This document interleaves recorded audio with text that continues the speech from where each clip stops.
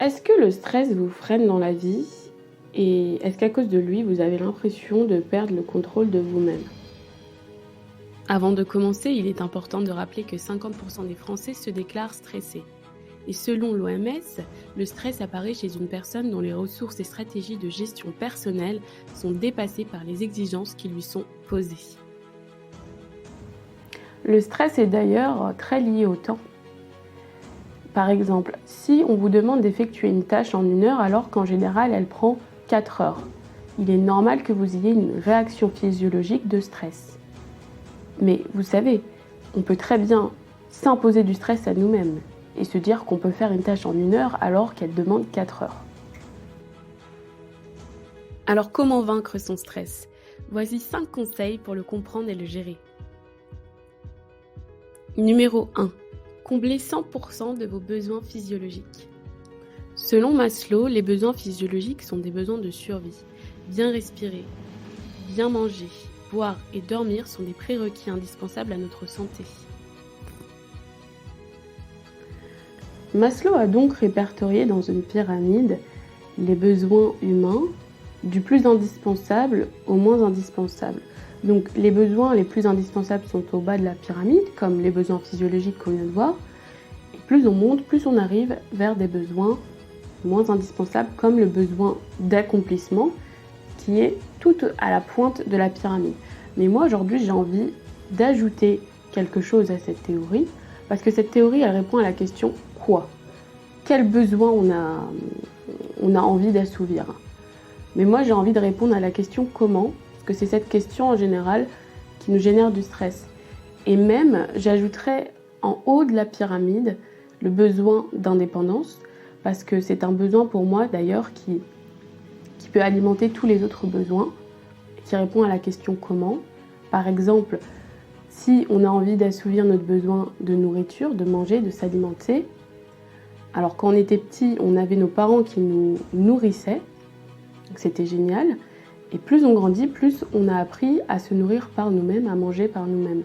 Donc finalement, chaque besoin, on a envie de pouvoir les assouvir par nous-mêmes. C'est ce besoin d'indépendance qui est vraiment important chez nous. Et le stress, parfois, arrive parce qu'on a l'impression qu'on n'a pas cette indépendance, qu'on n'y arrive pas, et du coup, ça nous génère du stress. Numéro 2. Distinguer le bon du mauvais stress.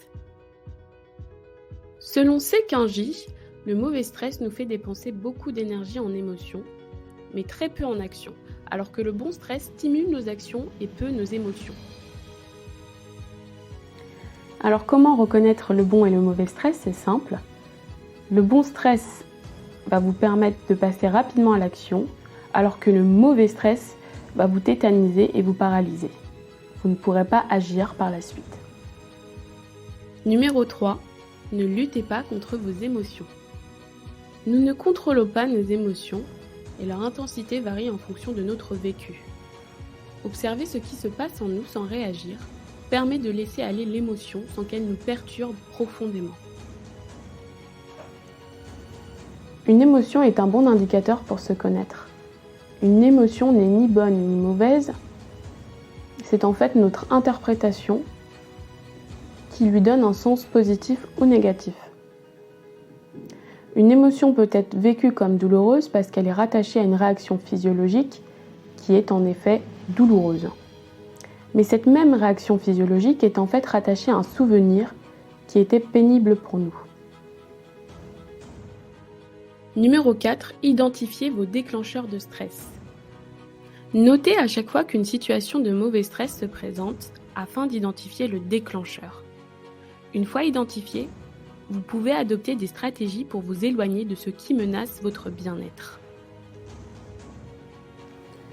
Vous avez donc compris le secret pour bien se connaître. Ce sont les déclencheurs. Et oui, chaque déclencheur a une signification bien précise pour vous. Ils vous permettent de déterminer vos limites, vos envies. Alors, c'est ça le secret. Ce sont toujours les mêmes déclencheurs qui nous stressent et nous minimisons leur effet sur notre santé. Notre santé doit être notre priorité absolue. Numéro 5, accordez-vous des moments de détente et d'apaisement. Il est nécessaire de s'accorder du temps pour se détendre. Plusieurs méthodes de méditation peuvent nous aider à nous apaiser, ainsi que des programmes de gestion du stress et de l'anxiété. Abonnez-vous pour en savoir plus sur le stress. Merci pour votre écoute.